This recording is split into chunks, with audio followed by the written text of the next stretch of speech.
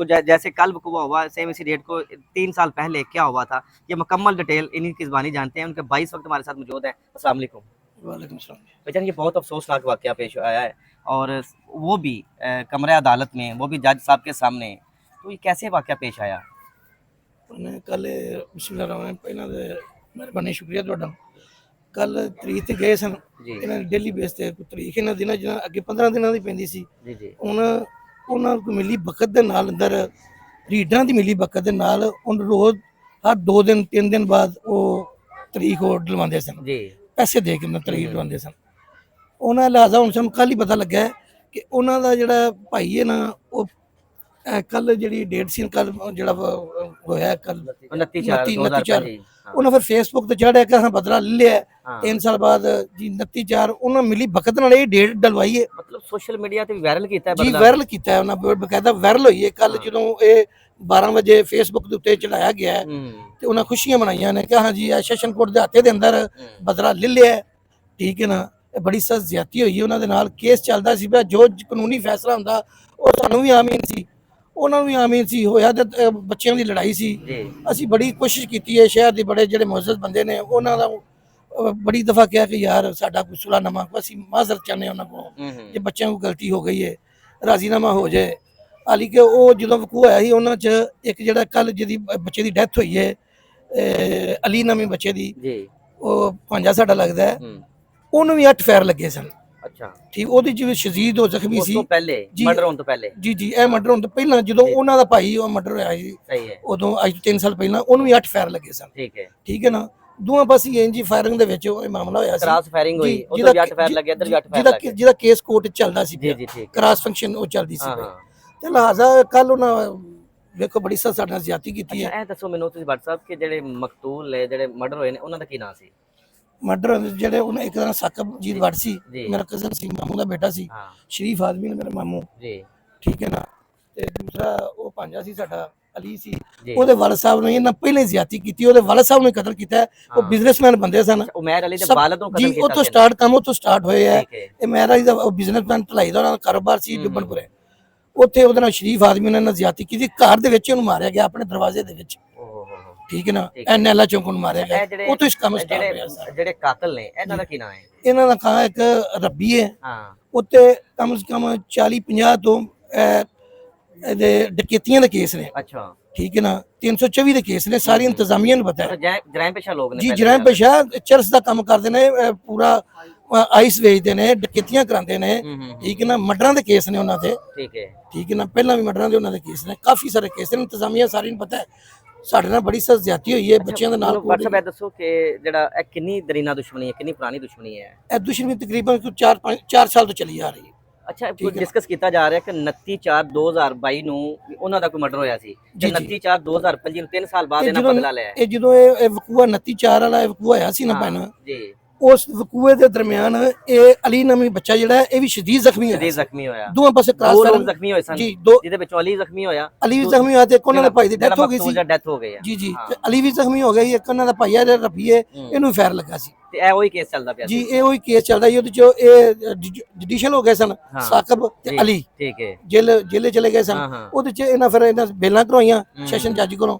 ਬੇਲ ਤੋਂ ਚਲੇ ਆ ਰਹੇ ਸਨ। ਏਸੀ ਐਂਡ ਦੀਆਂ ਸ਼ਹਾਦਤਾਂ ਹੁੰਦੀਆਂ ਸਨ। ਠੀਕ ਹੈ, ਤੇ ਸ਼ਹਾਦਤੀ ਕੱਲ ਤਰੀਕ ਤੇ ਗਏ ਸਨ ਤੇ ਉਹਨਾਂ ਅਦਾਲਤ ਦੇ ਜੱਜ ਸਾਹਿਬ ਦੇ ਸਾਹਮਣੇ ਇਹ ਜਿਹੜਾ ਸਾਰਾ ਇੰਤਜ਼ਾਮੀਆ ਸਾਹਮਣੇ ਸਾਰਾ ਕੰਮ ਕੀਤਾ। ਪੁਲਿਸ ਵੀ ਸੀ ਉੱਥੇ ਮੌਜੂਦ। ਜਿਹੜੇ 2 ਜ਼ਖਮੀ ਹੋਏ ਨੇ ਉਹਨਾਂ ਦਾ ਕੀ ਨਾਂ ਹੈ? ਉਹ ਜਿਹੜੇ ਜ਼ਖਮੀ ਹੋਏ ਸਨ ਨਾ, ਉਹ ਇਹਨਾਂ ਦੇ ਨਾਲ ਅਲੀ ਦੇ ਨਾਲ ਉਹ ਦੋਸਤ ਇੱਕ ਵਾਰਡਾਟੋਨ ਦਾ ਸਿਟੀ ਹੋ ਸਕਦਾ ਸੀ ਲੜਕਾ। ਤੇ ਇੱਕ ਜਿਹੜਾ ਇਹਨਾਂ ਦਾ ਤੀਜਾ ਮੁਕੱਦਮੇਵਾਰ ਸੀ ਨਾ, ਇੱਥੇ ਪੱਟੀਆਂ ਦਾ ਲੜਕਾ ਹੈ, ਉਹਦਾ ਪਤਾ ਨਹੀਂ ਕੀ ਅਹਿਮਦ ਪੱਟੀ। ਜੀ ਜੀ, ਉਹਦਾ ਆਪ ਕੀ ਨਾਂ ਸੀ? ਉਹਦਾ ਮੀਆਂ ਆਫਤਾਬ ਲੜਕਾ ਹੈ। ਉਹ ਜ਼ਖਮੀ ਹੋਏ ਨੇ, ਇੱਕ ਸ਼ਦੀਦ ਜ਼ਖਮੀ ਸੀ ਤੇ ਇੱਕ ਦੇ ਲੈਗ ਨੂੰ 4 ਫਾਇਰ ਹੋ ਲੱਗੇ। ਅੱਛਾ, ਉੱਥੇ ਅਸੀਂ ਦੇਖਿਆ ਵੀਡੀਓ ਵਿੱਚ ਵੀ ਲੋਕਾਂ ਵੀ ਦੇਖਿਆ, ਅਸਾਂ ਵੀ ਵੇਖਿਆ ਕਿ ਤੁਸੀਂ ਆਪਣੀ ਮਦਦ ਆਪ ਦੇ ਤਹਿਤ ਆਪਣੇ ਪਿਆਰਿਆਂ ਨੂੰ ਆਪਣੇ ਥਾਣਾ ਚੁੱਕਦੇ ਪਏ ਹੋ। ਸਿਕਿਉਰਿਟੀ ਦਾਰੇ ਪੁਲਿਸ ਵਾਲੇ ਕਿੱਥੇ ਚਲੇ ਗਏ ਸਨ? ਕੋਈ ਸਿਕਿਉਰਿਟੀ ਦਾ ਕੋਈ ਉੱਥੇ ਕੰਮ ਨਹੀਂ। ਹਰ ਮਹੀਨੇ 10 ਦਿਨ ਬਾਅਦ, 15 ਦਿਨ ਬਾਅਦ, 1 ਮਹੀਨੇ 2 ਬਾਅਦ ਕੋਈ ਨਾ ਕੋਈ ਕਚਹਿਰੀ ਦੇ ਹੱਥੇ ਦੇ ਵਿੱਚ ਕੋਈ ਨਾ ਕੋਈ ਇਹ ਮਰਡਰ ਹੁੰਦਾ ਰਹਿੰਦਾ। ਮਾਵਾਂ ਦੇ ਪੁੱਤਰ ਇੰਜੀ ਮਰਦੇ ਰਹਿੰਦੇ ਨੇ ਉੱਥੇ।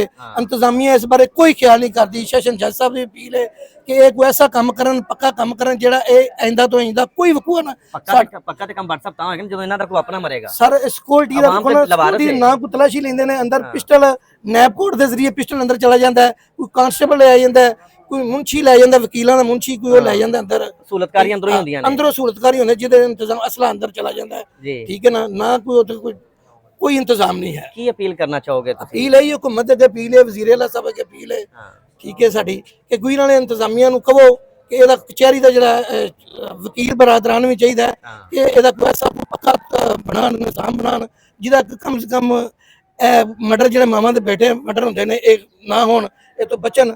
ਜਿਹੜਾ ਕੋਈ ਕੇਸ ਜਿਹਦਾ ਹੁੰਦਾ ਹੈ ਉਹ ਜੋ अदालत फैसला करे वो सारे आमीन होना चाहिए जी। और भी आप कुछ कहना चाहेंगे? भाई आप मौके पे मौजूद थे। नाज़रीन, यहाँ पर जो ऐनी शाहद भी हैं, ये भी भाई मौजूद हैं, इनसे भी जानते हैं कि सारा जो वाकया है बड़ा बेदर्दी के साथ जो लोगों को कत्ल किया गया, इनसे जानते हैं। भाई क्या नाम है आपका? मेरा नाम है चांद भाटा। चांद भाई, आप वहाँ पे मौजूद थे जब ये सारा वाकया पे मौजूद था सर। मैंने अपने भाई को अपने हाथों में उठाया हुआ था, ठीक है ना, उधर कोई सिक्योरिटी थी ना कोई ऐसा कोई मामला था, प्री प्लान काम किया गया था सारा। सही है, ठीक है। इस प्लानिंग में कौन कौन शामिल हो सकता है? ये प्लानिंग में ये जो अदालत के साथ है, जो नैब को मतलब के इनके बंदे साथ मुलव्वस है, ये ऑलरेडी पहले ही फरार हो चुके हुए थे उधर से, पहले से। हाँ जी, अंदर से नजर नहीं आएंगे, पहले फरार हो चुके थे। इनके कमरे में वो बैठे हुए थे जिन्होंने प्री प्लान किया था, तार भी वगैरह जो ये इनके साथ मिली भगत से वो अंदर बैठे हुए थे।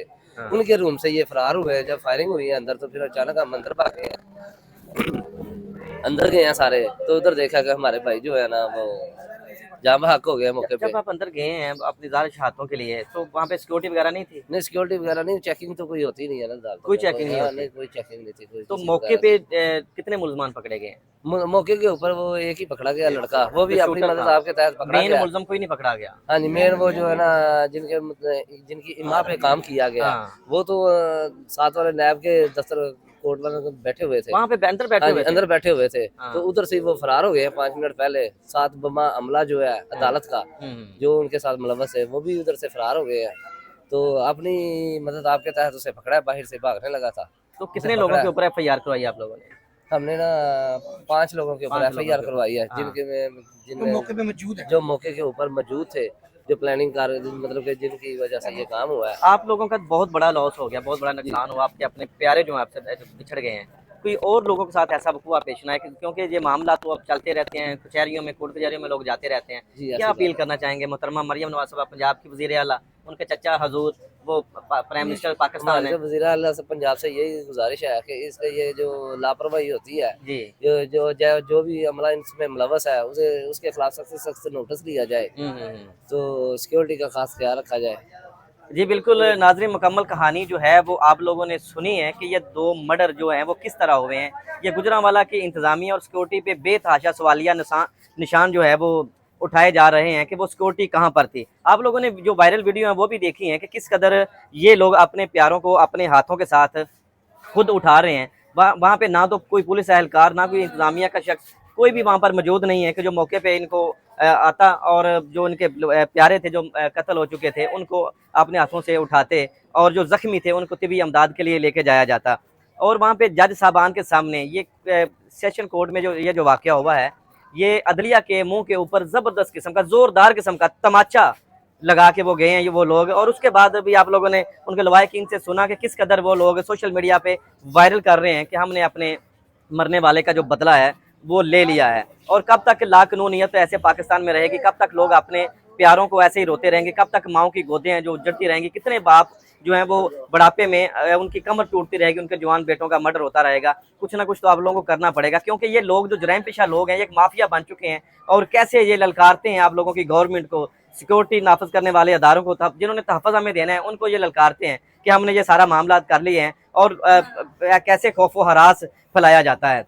और ये जज के सामने ये मर्डर करने का मकसद मेरे ख्याल में जो एक ही नज़र आता है कि वो इंसाफ अपने हाथों से लोग लेंगे, कि जब उनको नज़र आए कि हमें इंसाफ मिलता नज़र नहीं आ रहा तो उन्होंने ये मर्डर कर दिया। जब इनको भी इंसाफ मिलता हुआ नज़र नहीं आएगा तो ये भी अपने हाथों में बंदूकें उठाएंगे और इंसाफ के लिए लेंगे, क्योंकि इंसाफ जो मेरे मुल्क में वो दम तोड़ चुका है। जो स्टेट एक रियासत जो होती है कि माँ का दर्जा रखती है, माँ को बिल्कुल ये खबर नहीं है कि कितने बेटे रोज़ ऐसे दुश्मनी के भेंट चढ़ रहे हैं और नजायज़ हमारे सिक्योरिटी अदारों की गफलत की वजह से, नाअहली की वजह से कितने लोग जो हैं वो रोज़ बरोज़ मर रहे हैं। इस केस के मतलब और भी जो भी अपडेट होगी वो आप लोगों के साथ ज़रूर शेयर करेंगे। मिलते हैं किसी अगली वीडियो में, यहाँ पर हम सब कल आने के बाद।